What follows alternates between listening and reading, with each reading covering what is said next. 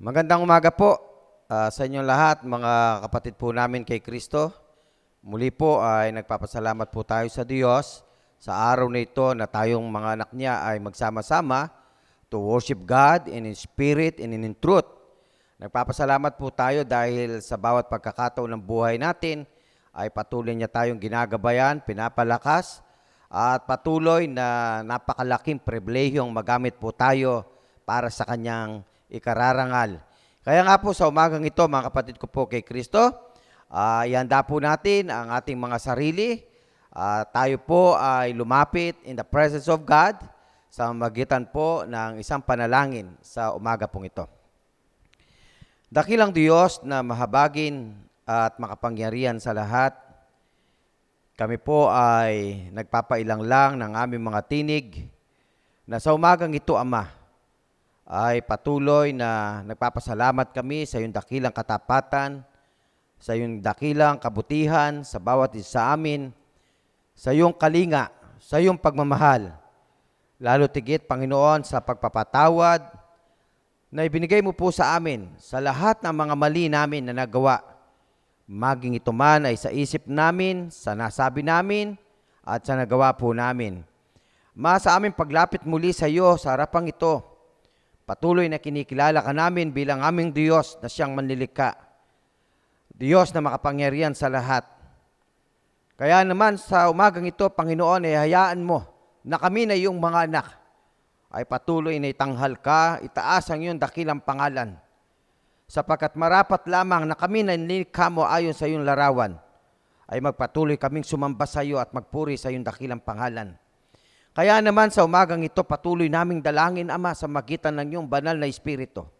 Alalayan mo po kami, Ama. Nawa po ay sa umagang ito ay maging karapat-dapat kaming humarap sa iyo bilang iyong mga anak.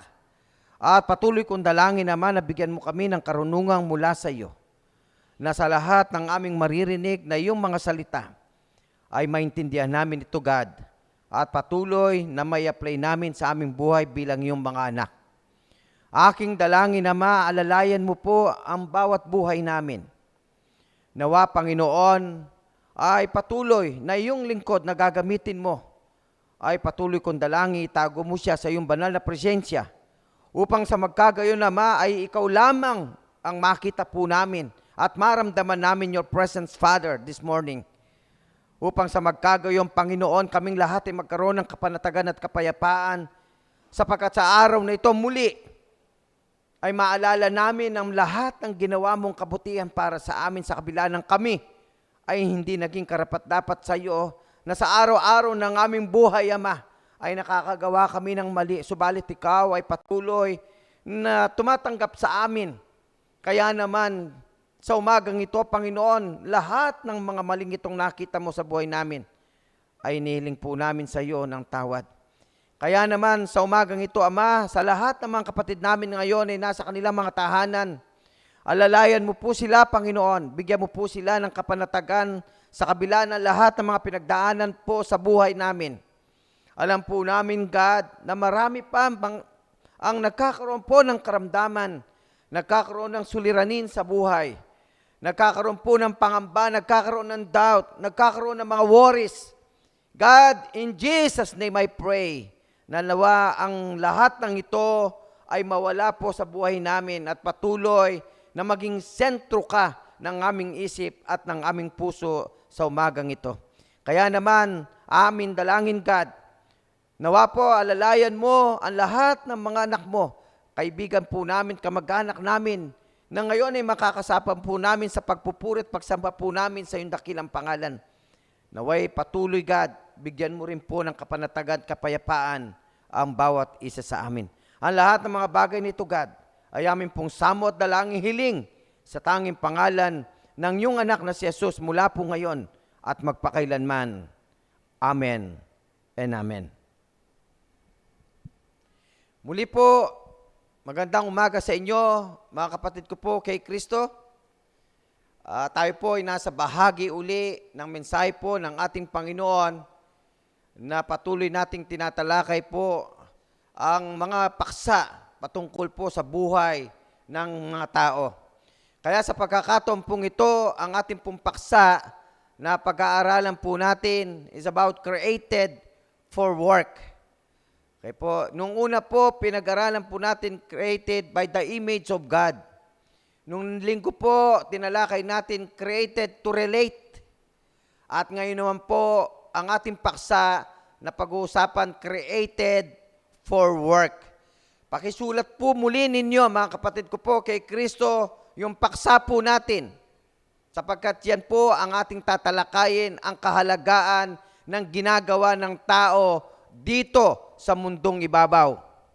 At ang ating pong mga teksto na pagkukuhanan po ng mensahe ng Diyos ay mula po sa Genesis chapter 2, verse 15 to 17. At saka po sa sulat po ni Solomon sa Ecclesiastes chapter 1, verse 1 to 11, chapter 2, verse 22 to 23. At saka po sa sulat ni Apostol Pablo sa taga-Colosas chapter 3, verse 23 to 24. Yan po yung mga passages na atin pong tatalakayin kung ano ang ibig iparating sa atin sa kalooban ng Diyos at malaman ng tao ang kahalagaan ng kabutihan ng Diyos at malaman din ng tao kung ano ang kanyang ginawa at malaman din ng tao anong halaga ng ginagawa ng tao dito sa mundong ibabaw. Kaya nga po alam po ninyo, meron pong sinabi si Thomas Jefferson, ang sabi po niya, I am greater believer in luck, and I found the harder I work, the more I have of it. Kaya napakahalaga po na sinasabi po niya na sa buhay ay naniniwala siya sa tinatawag po nating lucky. Okay? Pero tignan po ninyo yung sinabi po niya, and I found the harder I work. Talagang yung paggawa niya, pagtrabaho po niya, ay talagang sinubsub po niya. Okay? Talagang ginawa po niya ang lahat ng makakaya po niya na trabaho, na gawain dito sa balat ng lupa. Yan po yung sinabi ni Thomas Jefferson. Kaya nga po sa pagkakataong ito, dalawang bagay po ang ating pag-uusapan sa mensahe po ng Diyos sa umagang ito. Ang unang bahagi, pakisulat po ninyo sa inyong mga comment box, we've made work meaningless. Alam po ninyo, sa mga nagdaang mensahe po natin, kung kayo po ay nakasubaybay, doon pa lang sa created by the image of God, tinalakay na po natin kung anong kahalagaan ng pagkalika ng tao sa kalarawan ng Diyos at kung paanong lahat ng ginagawa ng tao ay talagang napakahalaga po. Okay? Sapagkat created for work.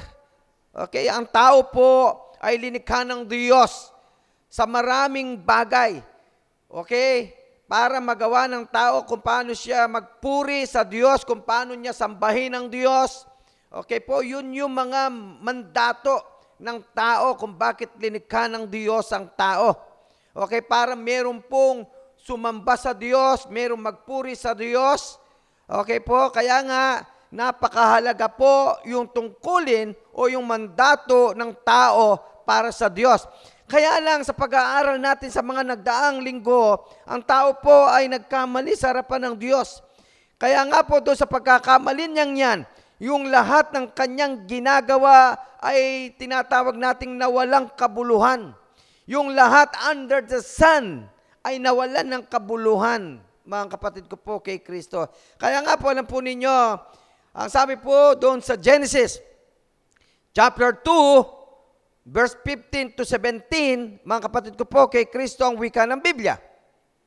At kinuha ng Panginoong Diyos ang lalaki, at inilagay sa halamanan ng Eden upang kanyang alagaan at ingatan. Tignan po natin ang talata ng Biblia. At iniutos ng Panginoong Diyos sa lalaki na sinabi, sa lahat ng punong kahoy sa halamanan ay makakakain ka na may kalayaan. Datapwat sa kahoy ng pagkakilala ng mabuti at masama ay huwag kang kakain, sapagkat sa araw na ikaw ay kumain niyon, ay walang pagsalang mamamatay ka. Itong mga talatang ito ay nagtuturo po sa atin, mga kapatid ko po kay Kristo, upang ipaalala niya kung ano yung ginawa ng Diyos sa tao at kung ano naman ang ginawa ng tao sa Diyos. Pero dito sa mga talatang ito ay nakita natin kay buti ng Diyos doon sa lalaking kanyang linikha na kanyang inalagaan at iningatan, yung tao na kanyang nilikha. Sapagkat nga po, mga kapatid ko po, mahal ng Diyos ang tao na nilikha niya. Kaya wag niyo pong kalimutan sapagkat ang tao po ay nilikha ayon sa larawan ng Diyos. Ganun niya nilikha ang tao. Kaya napakahalaga mo sa harapan ng Diyos. Hindi ka basta-basta nilikha lang. Sa totoo lang, para maramdaman po ninyong kay buti ng Diyos, ang tao po ay linikha niya pinakamahalaga sa lahat ng kanyang nilikha sa daigdig na to. Ganong kanya kamahal. Kaya nga ang sabi ng Biblia, iningatan ka, pinoprotektahan ka niya, okay? At inalagaan ka. Yun ang sinasabi po ng tala ng Biblia. Kaya lang, ang sinabi ng Diyos, okay, lahat ng bagay na yan ay sa halaman ng Eden. Makakain mo. Kita po ninyong kay buti ng Diyos. Okay, lahat ay nag-provide, binigay ng Diyos ang lahat sa tao. Kaya lang nagbigay lang siya ng kautusan na merong siyang hindi dapat kainin at yun yung puno ng bunga ng puno ng pagkaalam ng mabuti sapagkat sa araw nakakainin niya yan ay walang pagsalang mamamatay siya. Alam po ninyo, ito po yung dapat malaman ng tao na sa kabila ng pagmamahal ng Diyos ay meron siyang isang kautusan na dapat sundin ng tao. Pero dito bumagsak ang tao, dito nabigo ang tao na sumunod at sundin ang kagustuhan ng Diyos na siyang milikha sa kaniya. Nangibabaw sa tao yung pagnanais niya sa sarili niya. Nangibabaw sa tao yung pagnanasa niya sa sarili niya. Nangibabaw sa tao, okay po, yung gusto niyang maging kagaya ng Diyos. Okay, nangibabaw sa tao yung kasakiman. Okay? Yan ang nangyari sa tao. Kaya nga po, dito sa pagkakataong ito, nakita natin, nung una kay buti ng kanilang kalagayan, subalit nung siya magkasala na, lahat ng kanyang gawa dito sa mundong ito, nawalan ng kabuluhan ang lahat ng gawa. Kaya nga po, yung unang bahagi po natin, hindi po, we've made work meaningless. Kaya nga po, alam po ninyo, meron po sinabi si Solomon at ipinaliwanag po niya yan. Yung sinasabi ko po ngayon ay sinabi po ni Solomon. Actually po, yan po yung sinabi niya in Ecclesiastes chapter 1 verse 1 and 2. Ang sabi po ng Biblia, mga kapatid ko po kay Kristo, ang mga salita ng mga ngaral, anak ni David, hari sa Jerusalem, walang kabuluhan ng mga walang kabuluhan. Sabi ng mga ngaral, walang kabuluhan ng mga walang kabuluhan. Lahat ay walang kabuluhan. Bakit sinabi po ni Haring Solomon ang lahat ng mga bagay na ito? Bakit sinasabi niya na lahat ng bagay ay walang kabuluhan? Walang kabuluhan. Sa kasaysayan ng kanyang buhay, nais ko lang ipakilala po sa inyo si Haring Solomon na binigyan ng karunungan ng Diyos kanino man at na-experience niya ang lahat ng bagay under the sun. Napakayaman niya nung panahon po niya, nung siya'y nandito, marunong siya, tapos binigyan ng karunungan ng higit kanino man sa panahon po niya. Walang higit sa kanya, sa karunungan na taglay po niya. Walang higit sa kanya. Subalit sa pagkakataong ito, bakit gayon ay sinasabi niya na walang kabuluhan ang lahat ng mga bagay at walang kabuluhan? You know why? Sapagkat ito yung nakita niya sa buhay ng tao. Sapagkat ito yung namasdan niya. Ito yung nakita niya na lahat sa ilalim ng araw ay uuwi lang sa walang kabuluhan. Ano mang gawin ng tao dito sa lupang ibabaw, magpakapagod man siya, ibigay man niya ang lahat ng kanyang panahon dito sa balat ng lupa. Pero, ito ang sabi ni Haring Solomon, darating ang araw, wala ding mapupuntahan yan, wala ding magagawa yan, mawawalan din yan ng kabuluhan. Mahirap isipin ito, mga kapatid ko po, kay Kristo, kung ikaw makikinig ngayon at ako makikinig din ngayon sa sinasabi ni Solomon, mawawalan tayo ng gana. Bakit? Hindi na tayo magtatrabaho. Bakit? Lahat naman ng pagpapagalan mo, wala din namang saysay yan. Ang ibig iparating po ni Haring Solomon, mga kapatid ko po, kay Kristo, hindi po yung parang hindi ka na magtatrabaho, hindi ka na magsusumikap sa buhay. Bakit? Dahil wala din namang kabuluhan yan. Hindi ho yun ang gustong iparating sa atin ni Haring Solomon. Ang sinasabi po ni Haring Solomon, ano man ang pagpapagal ng tao, kung wala siyang Kristo sa buhay, walang kabuluhan. Nang walang kabuluhan ang lahat ng bagay. Kasi po, nakita niya yan, ang tao.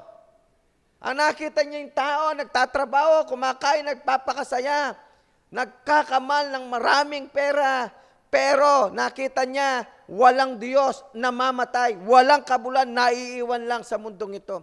Kawawa ang mga tao. Kaya niya sinulat yan upang muli ay palalahanan niya ang lahat ng mga tao dito sa balat ng lupa. Upang tayo ngayon, ikaw at ako, ay makita natin ang kahalagang sinulat ni Haring Solomon sa kasaysayan ng kanyang buhay.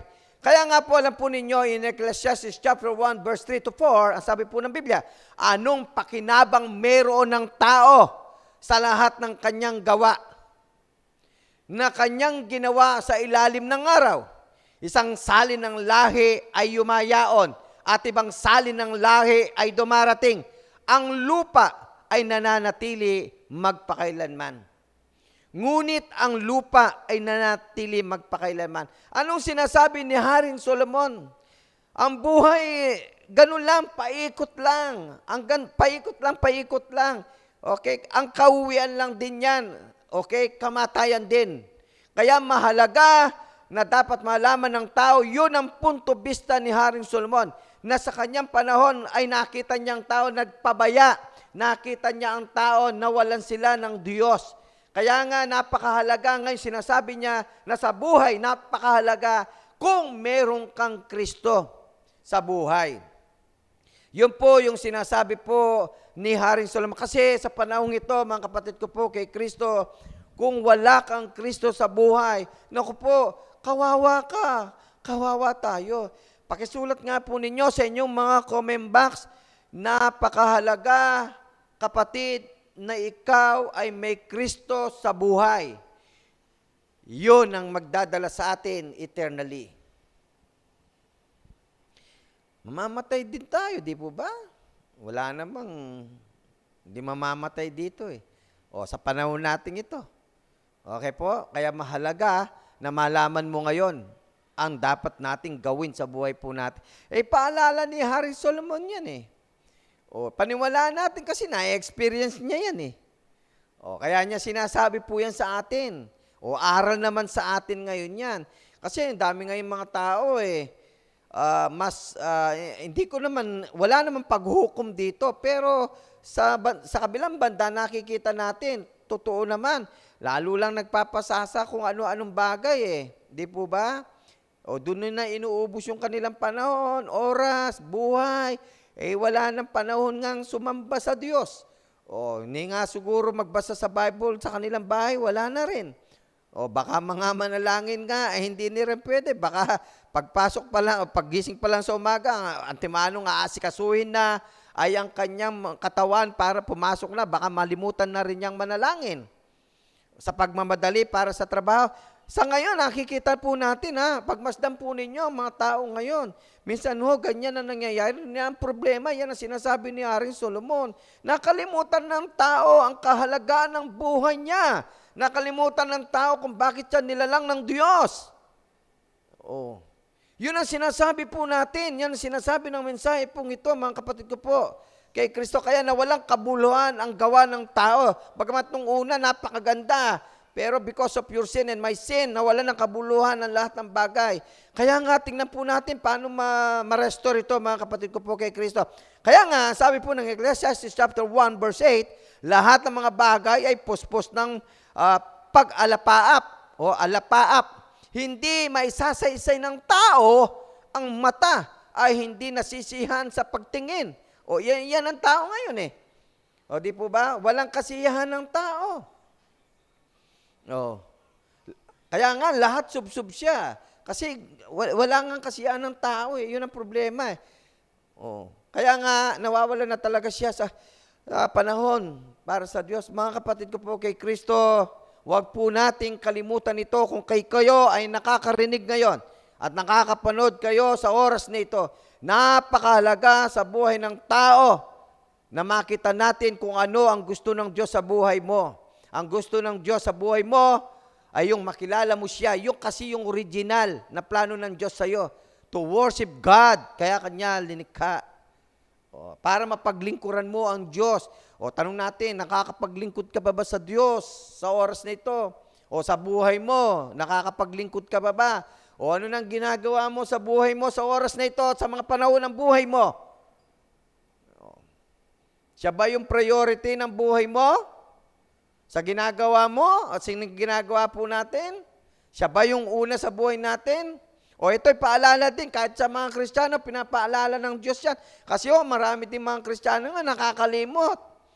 Yung priority na dapat nilang i-prioritize in their lives, nawawala na.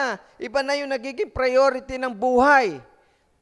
Kahit sa mga Kristiyano ngayon, sorry to say, pero totoo po yan. Kaya nga marami sa mga Kristiyano, yun ang problema po natin ngayon, mga kapatid ko po kay Kristo. Kaya nga, naku po, maging aware po tayo dito, mga kapatid. Okay? Para makita po natin kung ano ang gusto ng Diyos. Kaya nga, sabi niya, hindi maisasaysa ng tao ang mata at hindi nasisiyahan ng pagtingin. Ni ang tenga man ay nasisiyahan sa pakikinig. Okay? Kaya nga, sabi po ng Ecclesiastes, binabaybay po natin yung Ecclesiastes chapter 1, verse 1 to 11. Kaya ang sabi po ng Ecclesiastes chapter 2, verse 19, ang wika ng Biblia, ito. At sinong nakakaalam kung siya'y magiging isang pantas o isang mangmang? Gayon may magpupuno siya sa lahat ng aking gawa na aking ginawa at sa aking pinagpakitaan ng karunungan sa ilalim ng araw, ito man ay walang kabuluhan. Ako, yun ang sinasabi ni nga rin Solomon eh. Wala nakakaalam ng bukas. Hindi natin alam yan kung ano mangyayari sa atin. Pero ang pinakamahalagang sinasabi ni Haring Solomon, ang punto bista niya sa atin ngayon sa oras na ito, ay kung paano natin ihanda ang ating sarili, para sa pagdating ng ating Panginoon, ay talagang tiyak na tayo po ay makakasama po doon sa kaharian ng dakilang may kapal. Yan po yung punto bista lang po ni Haring Solomon. Kaya nga po maliwanag po yan, created po tayo for work. Kaya nga tayo po sa panahong ito, bagamat ito'y sinasabi ni Haring Solomon, talaga mauwi lang sa wala. Pero ang dapat natin gawin, meron tayong dapat gawin. At yun ang number 2 po natin pag-uusapan, mga kapatid ko. Alam po ninyo, sa application po natin sa sa number 1 po natin, God created you and me to work. Pakisulat nga po natin sa ating mga comment box, God created you and me to work. Maliwanag po yan This is not a necessary evil, but a blessing. That only way our attitudes toward work will change is for us to find ultimate meaning and satisfaction in God. Kasi po, maraming mali ngayon ng tao. Yung ginagawa na lang niya para sa sarili na Para sa kasiyahan ng sarili niya. Yun ang mali. Di po ba? Dapat kung masaya ka, okay lang, magsaya ka sa sarili mo. Pero, dapat nabibigyan mo din ng kasiyahan ng God sa ginagawa mo. At sa ginagawa ko. Sa ginagawa natin. Okay. Masaya ka na, lalo ka pang sasaya. Bakit? Nabibigyan mo ng kaluguran ng Diyos sa ginagawa mo sa tinatrabaho mo Di po ba? Kung ano man yung mga plano mo sa buhay, nabibigyan mo ng kaluguran ng Diyos. Yun ang sinasabi po ng mensaheng ito. Kaya maliwanag sa number 1 po natin kaya nawalan ng kabuluhan ang lahat ng yan because of disobedience. Okay, yun ang nangyari. Pero, meron pong chance yan. May mababago po dyan. Yan ang number 2 po natin na pag-uusapan, mga kapatid ko po kay Kristo. Pakisulat muli po ninyo sa inyong mga comment box. Jesus restores works meaning. Yung walang naging kabuluhang nagawa ng tao dito sa daigdig, meron pong tumubos, meron pong nag-restores, at walang iba kundi ang ating Panginoong Hesukristo. Pakinggan po ninyo ang sinasabi po ni Apostol Pablo sa Colossians chapter 3 verse 23. Ano mang inyong ginagawa, ito po sabi ng Biblia, ay inyong gawin ng buong puso na gaya ng sa Panginoon at hindi sa mga tao. Dati kasi nung panahon ng yung number 1 natin, ginagawa niya para sa kanyang sarili, para sa ibang tao. Marami pong ganon. Kailangan lang ng tatrabaho para sa ibang tao, para sa sarili, para sa kapanakanala niya. Wala ng Panginoon Pero ito yung number 2 natin ngayon. Ni-restore ng Panginoon yan. Kaya ang sinasabi ng Apostol Pablo ngayon, ito na. Lahat ng ginagawa mo galing sa puso at ginagawa mo yan hindi sa tao. Ginagawa mo yan para sa Panginoon. Yamang inyong nalalaman na sa Panginoon ay tatanggapin ninyo ang ganting mana sapagkat naglilingkod kayo sa Panginoong Hesukristo. Yung ginagawa ng tao ngayon, lalo na sa mga Kristiyano, sa katulad po natin mga Kristiyano, sa lahat ng mga Kristiyano, lahat ng ginagawa po natin ay ginagawa natin not because of us, but because of Jesus Christ. Kaya ka naglilingkod hindi sa tao, hindi sa sarili mo. Naglilingkod ka dahil kay Kristo. Kaya nga, nagkaroon ngayon ng kabuluhan yung ginagawa mo dahil kay Kristo na nasa sa iyo. Kaya nga mahalaga ngayon, yung bawat tinatrabaho natin, yung lahat ng plano natin sa buhay, yung gusto nating minimithi, yung na-achieve natin, yung na-attain natin, may kabuluhan na yan. Bakit? Kasi ginagawa mo yan, hindi para sa ibang tao. Ginagawa natin yan sa ikararangal ng pangalan ng ating Panginoong Hesukristo. Yun ang mahalaga. Yan po, na-restore na. Dati walang kabuluhan. Under the sun, walang kabuluhan. Pero ngayon, dahil may Kristo ka na, lahat ng ginagawa mo para sa Diyos, mayroon ng kabuluhan. Yan ang sabi po ng tala ng Biblia. Kaya nga po, alam po ninyo, mayroon pong isang book, yung tinatawag nating explicit gospel ni Matt Chandler. Ang sabi po niya, show how the work of Christ redirects our hearts and redeem our work. Napakaganda po ang sinabi po dyan. Ano sabi niya? Whether you believe in God or not, you are living. Okay? Maniwala ka man sa Diyos o hindi, buhay ka. Totoo naman yan di ba? Walking. And wearing His staff. He gives gifts to all. Food, drink, work, friends, and family. Lahat yan. Matatamasa ng tao. Basta't siya'y nabubuhay. Maniwala ka man sa Diyos o hindi mapapasaya, magkakapamilya ka, kakain ka, iinom ka, magkakakaibigan ka, ma-attain mo yan Magkakaroon ka ng kayamanan dito sa lupa, makukuha mo lahat yan. Pero ito yung maganda, but only, huwag niyo kalimutan to, but only the children of God, only those who believe in Jesus, receive the gift of lasting enjoyment. Nako, ito yung maganda ngayon, sinasabi ni Matt. Yung lahat po daw ng anak ng Diyos na naniniwala kay Jesus, yung enjoyment nila, everlasting. Ibig sabihin, yung mga hindi naniniwala kay Jesus, yung walang Kristo, Okay? Yung kanilang saya, pansamantala lang yan. Dito lang yan. Oh. Pero sa mga katulad po ninyo, mga anak ng Diyos, okay, na naniniwala kay Jesus, na dinadirect ng ating Panginoon, redirect yung heart natin and redeem our work, o ito, yung enjoyment natin ay lasting enjoyment. Amen po ba doon? Pakisulat nga po natin yan sa ating mga comment box. Okay? Those who believe in Jesus receive the gift of lasting enjoyment. Nako, ganda. Kaya, bakit ka pa susuko? Laban tayo. Kasi ang daming pangako ng Panginoon. Sa mga panahon po natin ito, mga kapatid, ay patuloy na pinapalakas talaga tayo ng Diyos. Na minsan nga, kahit nagdadaw tayo, minsan nagkakaroon tayo ng worries, o minsan talagang nangihina tayo, pero ang Diyos natin, mahal ka eh. Ganun talaga ang Diyos natin, mahal ka eh.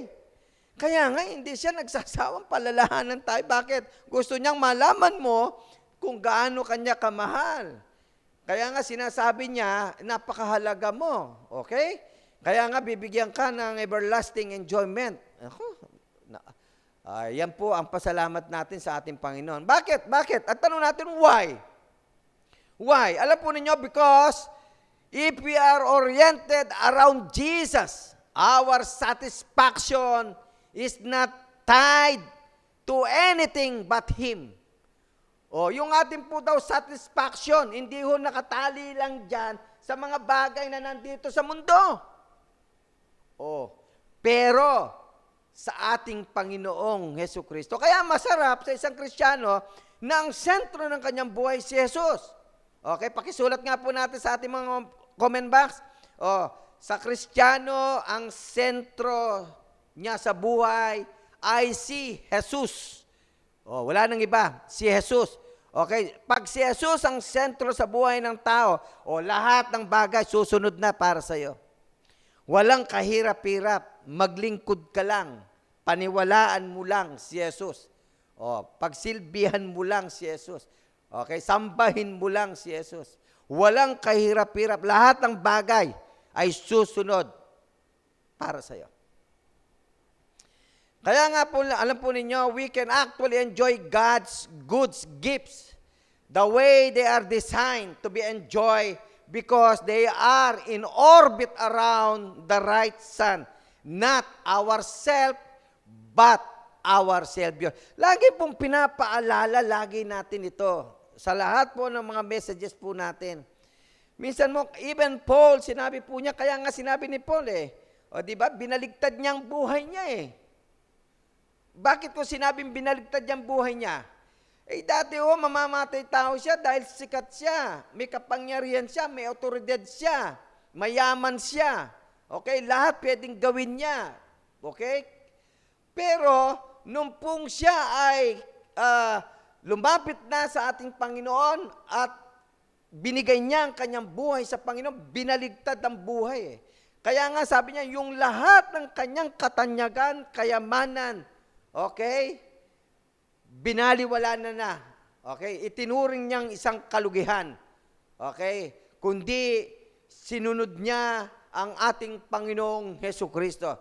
At ngayon, ni-enjoy niya yung tinatawag nating everlasting enjoyment. Yun ang binigay ng ating Panginoong Hesukristo. Sa umagang ito, mga kapatid ko po, kay Kristo, hindi ko sinasabi na baliwalahin po ninyo ang inyong tinatangkilik to follow Jesus. Pero ang punto bista lang po ng mensaheng ito ngayon sa ating mga anak ng Diyos, dapat ang priority natin ay ang ating Panginoon.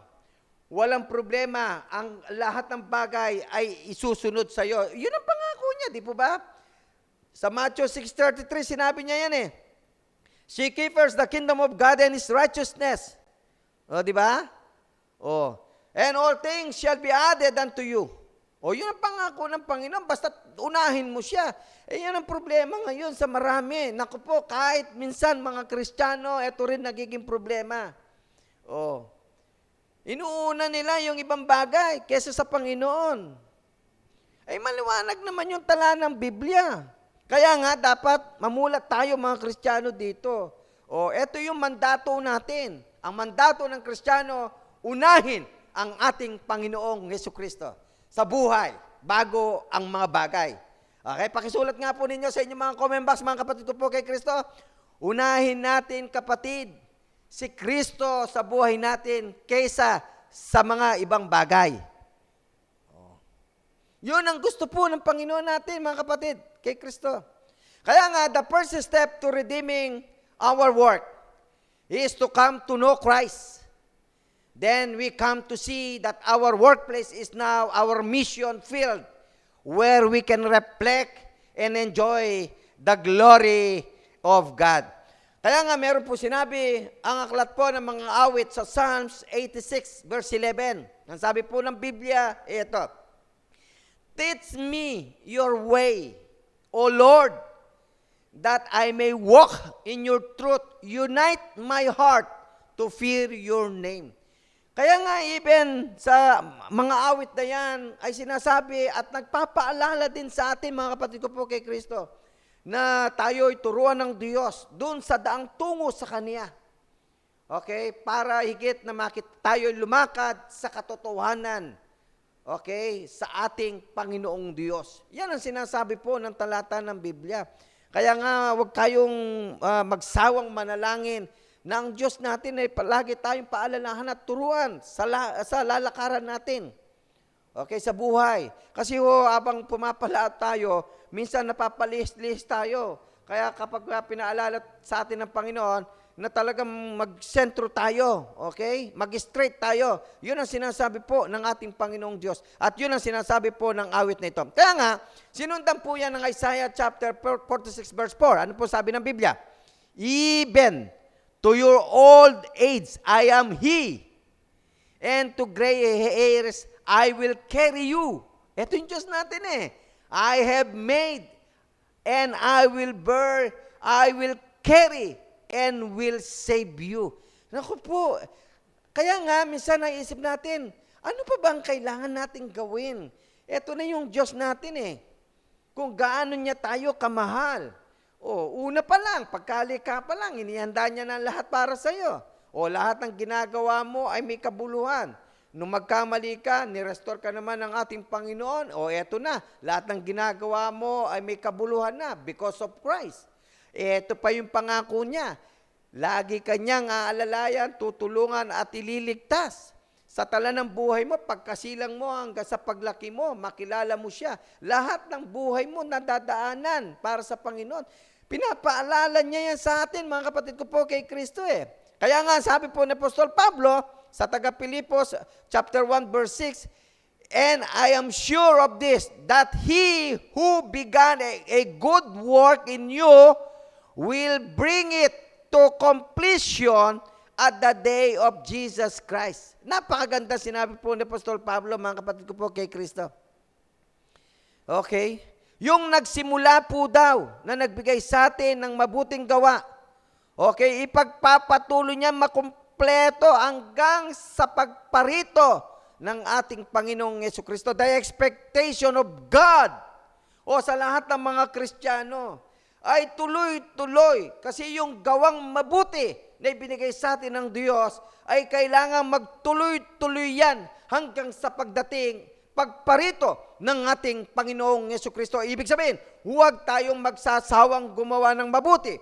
Huwag tayong magsasawa na ipangaral ang Panginoon.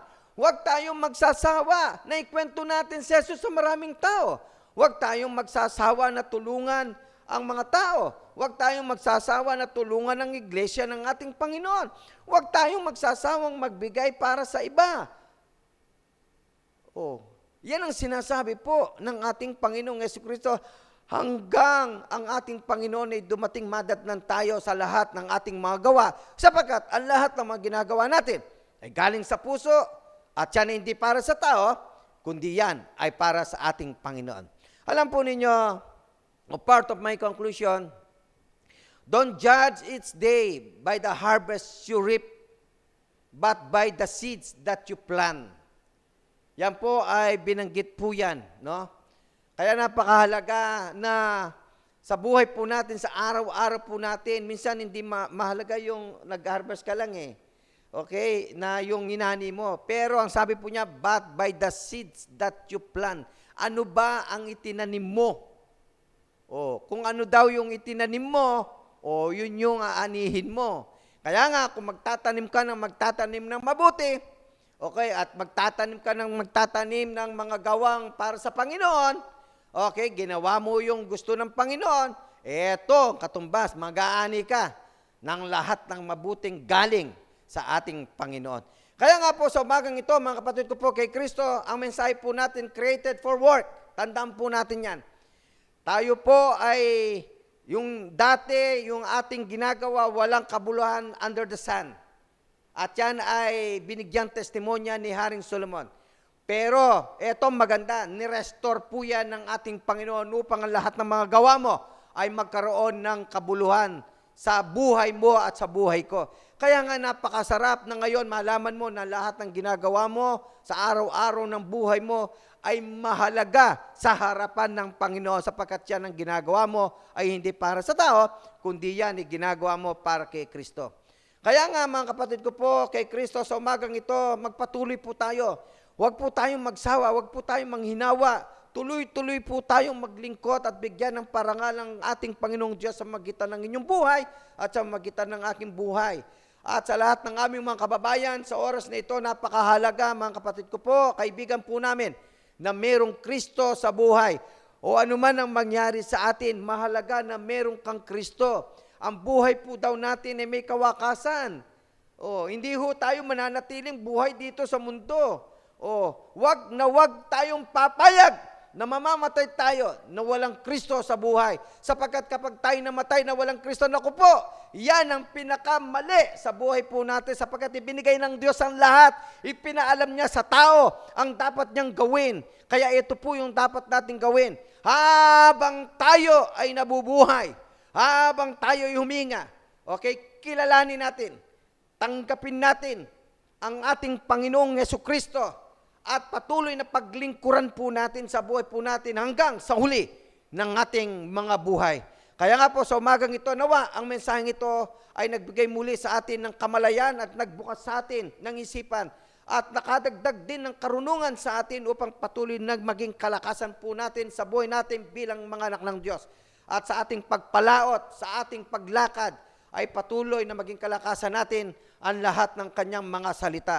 Panalangin ko, bawat isa sa atin, nawa po'y manatili tayong maglingkod sa Panginoon hanggang sa pagdating ng ating Panginoong Jesucristo. Pagpalain po kayo ng dakilang may kapal at panalangin ko, nawa ay ingatan tayo, proteksyonan tayo habang tayo'y nabubuhay sa mundong ito. God bless us all.